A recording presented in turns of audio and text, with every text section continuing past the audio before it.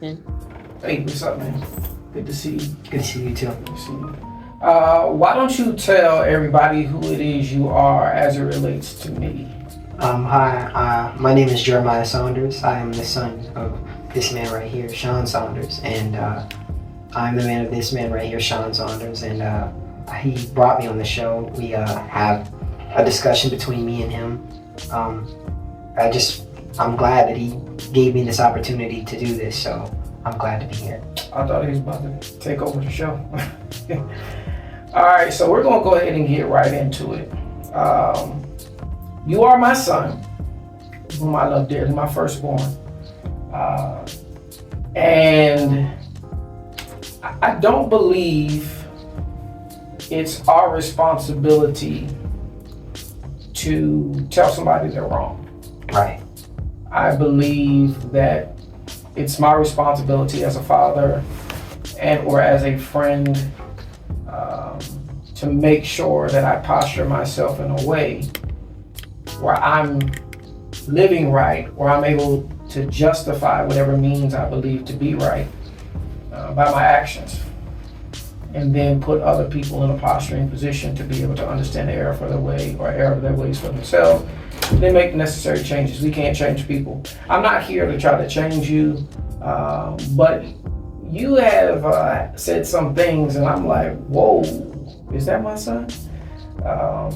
So we're going to talk about a few things today, and I want you to be able to justify the grounds for why it is you believe, or how it is you logically process whatever rationales you come to conclude.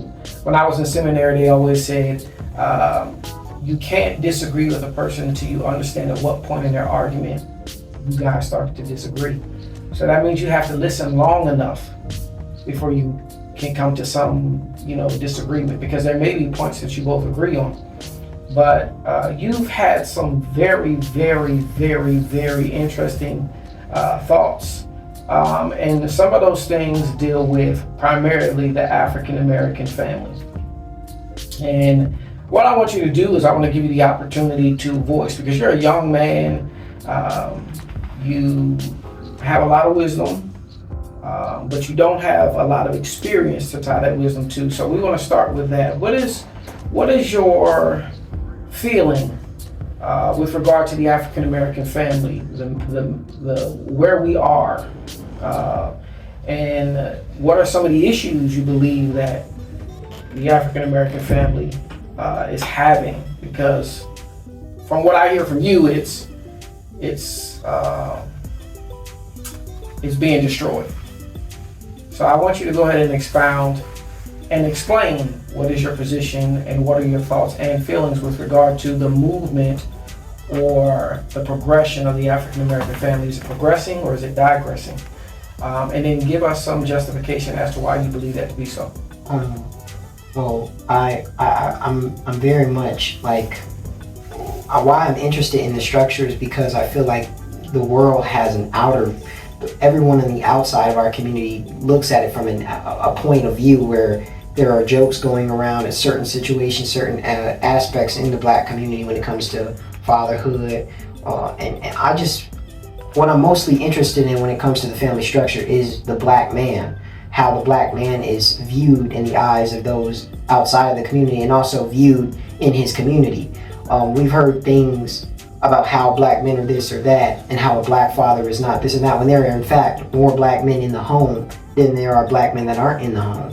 When there are good black fathers out there who do want to do the job as a man, but we have been skewed into this way through media and do so many other things that not only do the white men control, but we as a community have control over as well. And we played a part in giving this skewed perception of not only the black man, but the black family. How so? You said we played a part. How do you explain it? Well, it's certain aspects of our community where it's kind of like like I'll see certain characters that are created by black creators where it won't be a family together. We'll be separated. The father's over here doing his thing or the mom's over here doing her thing, which I understand things happen between two people in that relationship. I'm not saying black relationships for a man and woman are easy when it comes to the black community, but how I'm looking at it is how we portray it in media, because we're the ones who control our own media. We're the ones who now have the power to put that image out there that we didn't have so long ago. That we're still, in some aspects, we are still trying to gain control of the media that we want to put out there. But but in some aspects, it's very rare in today's world.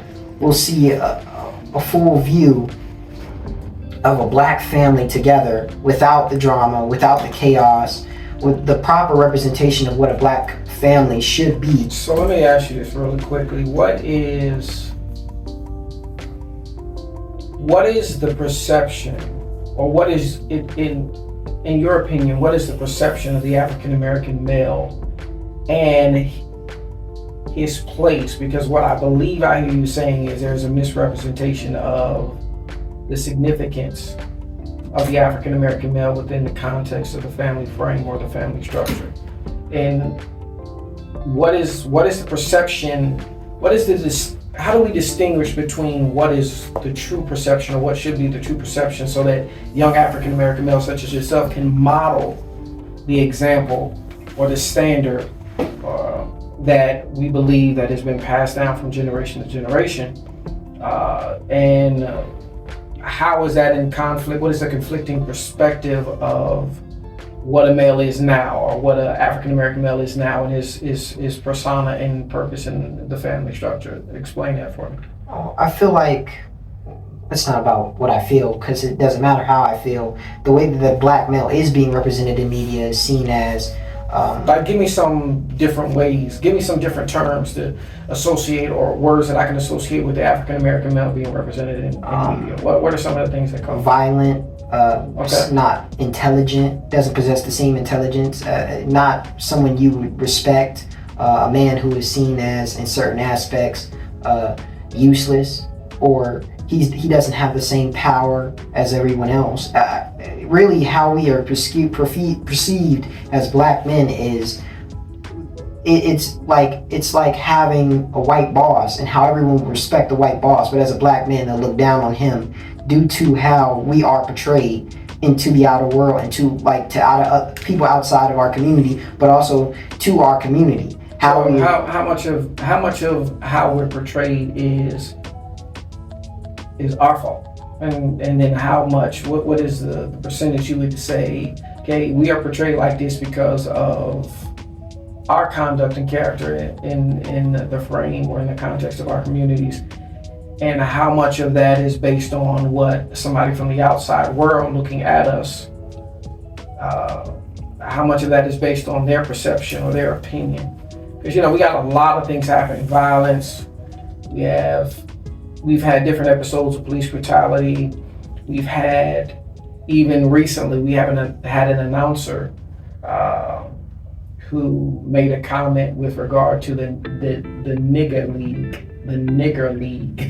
He meant to say Negro League, but we've had stuff happen. So sometimes the things that we see, I'm asking how much of it how much of it have we contributed to this persona or perception?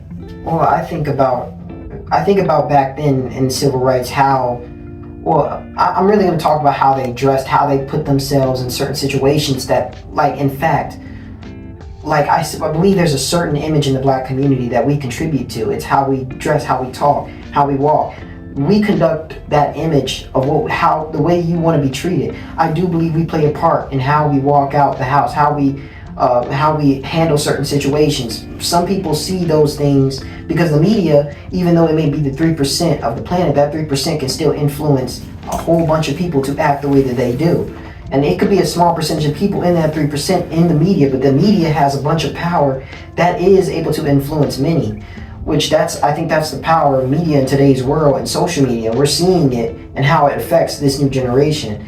So I feel like the way that we have conducted ourselves in front of the media has not has conducted and has played a part in why we are viewed the way that we are, not only as a whole in a community where certain people put us in a certain place where we're not valued the same as the other races or other colors, how our family structure works, where a black, there's no reason why I see a black young man or a black little girl seeing a black dysfunctional family in Hollywood, or a black dysfunctional family in Hollywood, and say, oh, that's just the way it is. Oh, that's just normal. It shouldn't be like that. Yeah, we're a family, we're going to disagree on certain terms, but how we conduct ourselves in front of the media, and how Martin Luther King and all the way that they conducted themselves in the past, I believe was genius, because even though they had an enemy that was racism, that was the white man, the way that they came together and conducted themselves as one and as a big family, as a community, I feel like that played a role in that positive outlook that was able for them to make a proper change. But today's media is playing a role in giving a message to everyone else in the black community, telling them what they want to hear instead of telling them the truth, being honest with them, giving them the proper information, and able to inform them about what's really going on. But a lot of that speaks to self-awareness, a consciousness of understanding self. That now that God is no longer used as a premise or a standard by which you live by, then we understand that a lot of our self-awareness or our ability to identify identity crisis is something that's happening in our communities all over the world. But that's something that's been happening with us for a long time, because when we came here, or when we were brought here, when we were brought here, one of the things that they did was they tried to get us to accept their representation of us at the expense of acknowledging the very essence of who it is we were created to be. So a lot of things that you're saying are true, but one of the things we have to understand is that even when we are amidst or in the midst of other people, we have to have a consciousness of who it is we are and continue to uphold the integrity of who it is we were created to be. And that's something that we have to embody. And one of the things that we don't understand is that there are so many layers that we have to unfold in order for us to rediscover again who it is we once were previously acquainted with before. I believe that God created us, and within that context, God wants us to understand and be the best version of ourselves that He created us to be in the light of who it is He put us here on this earth to be, and from the purposes of which He gave us to contribute while we're here. So we're going to stop right there. Stop.